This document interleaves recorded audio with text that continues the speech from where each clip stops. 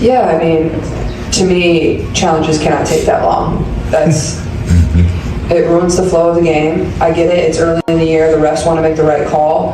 We can't sit there for 2.5, 3 minutes and on an obvious hit out of bounds off of them and still not know the call. Caitlin Clark just wanted to play basketball, but somehow she ended up starring in the WNBA's unofficial WrestleMania. From getting smacked like it's open season in dodgeball to refs squinting so hard you'd think they left their glasses in the locker room, the madness is unreal. Did someone forget to remind the officials this isn't a game of tag? Because at this point, everyone's yelling, "You're it." Buckle up, we're diving into the chaos, the confusion, and the pure comedy that is Caitlin Clark versus the referees. And trust me, you won't believe half these calls. Offensive fouls are definitely surprising at times. I feel like I do get held. She sold this flop perfectly. I gotta tip my hat to it. Had her hand on her chest. Most people who flop, they always do the little face thing. And she sold it perfectly. I gotta give it to her. Here's like a play from a different game. Watch Caitlin's reaction. She wanted to really call out the refs. Oh, Caitlin Clark, America's basketball sweetheart, the walking bucket, the long-range assassin, the Midwestern sniper who used to pull up from the parking lot and still splash it while her defender was halfway through a bucket of popcorn. You'd think a transcendent, generational talent like that would be met with, I don't know, competent officiating. But nope. She stepped into the WNBA and somehow landed straight in the referee twilight zone. A place where whistles vanish, logic evaporates, and elite players apparently need protective gear just to cross half court. After watching tonight's Chicago Sky and Indiana Fever game, I think it's safe to say we can all agree that Caitlin Clark is the Rookie of the Year. I know some people still had a little bit of doubt as to whether or not it should be a co-Rookie of the Year because, look, Angel Reese has been putting up some crazy numbers. Obviously, tonight she had another double-double, 23 for the season, most in WNBA history for a rookie.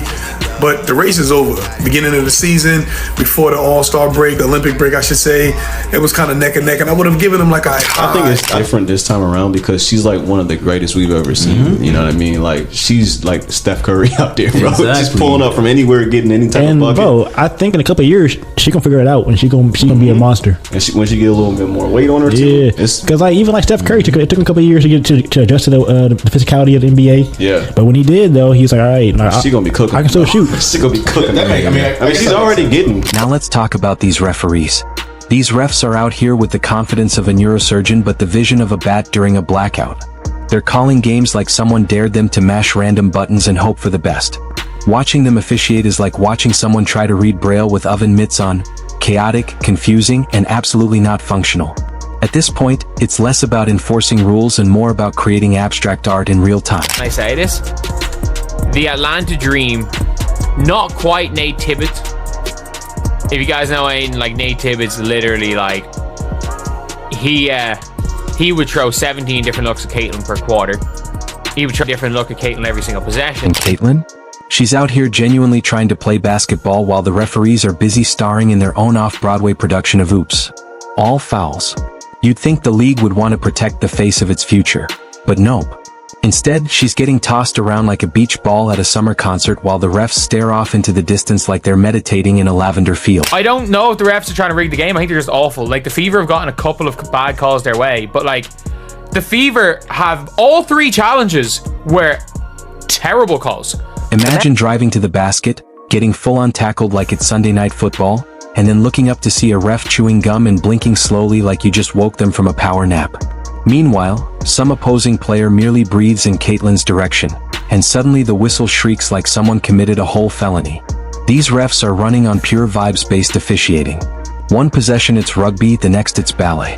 At this point, it's not basketball, it's a performance art piece. It looked like Caitlin Clark has suffered yet another hard foul, and the referees failed to make a call. And don't even get me started on the challenges.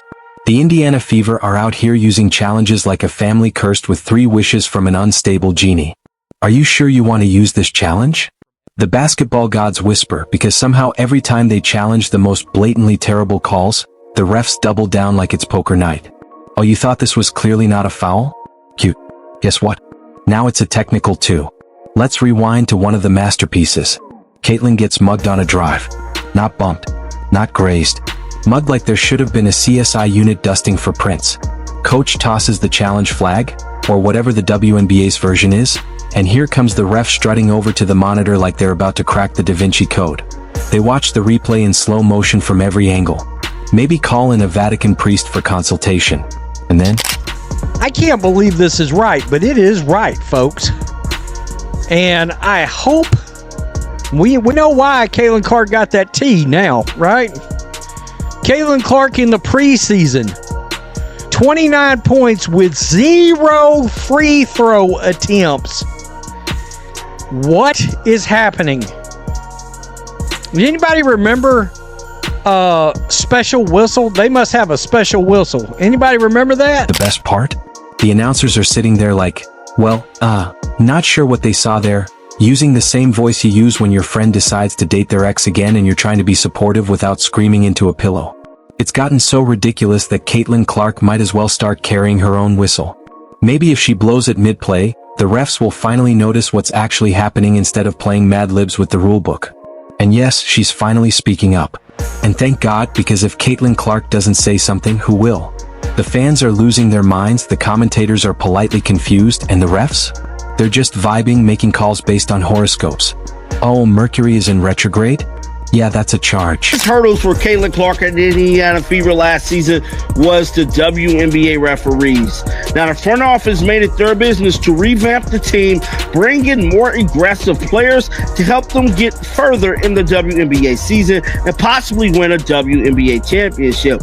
But before any of that stuff can even get done, we have to take a look at the misguided missile that can destroy everything this upcoming season, and that is the WNBA referee. You know the officiating is bad when Twitter, ESPN, and your grandma, who only watches her stories and knits sweaters, are all screaming about it.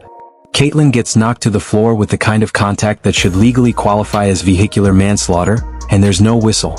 But she barely brushes someone's jersey and suddenly the refs swarm like it's a full-on SWAT operation. You can see the exhaustion on her face. Not because basketball is hard, but because she's basically playing on expert mode while the refs toss banana peels onto the court like this is a Mario Kart tournament. She signed up for the WNBA, not an obstacle course of egregious officiating and reverse Uno foul calls. Let's talk consistency, or the complete absence of it. One play, a shove is perfectly fine. Next play, someone sneezes and it's an offensive foul. It's a slot machine of infractions. Pull the lever and see what the refs feel like calling today. Honestly, they must be using tarot cards at halftime. Ah yes, the tower, that means blocking foul. Maybe gravity just works differently in Indiana? No, sweetie. It's not gravity. It's just 3 blind mice in stripes playing whistle-based jazz improv.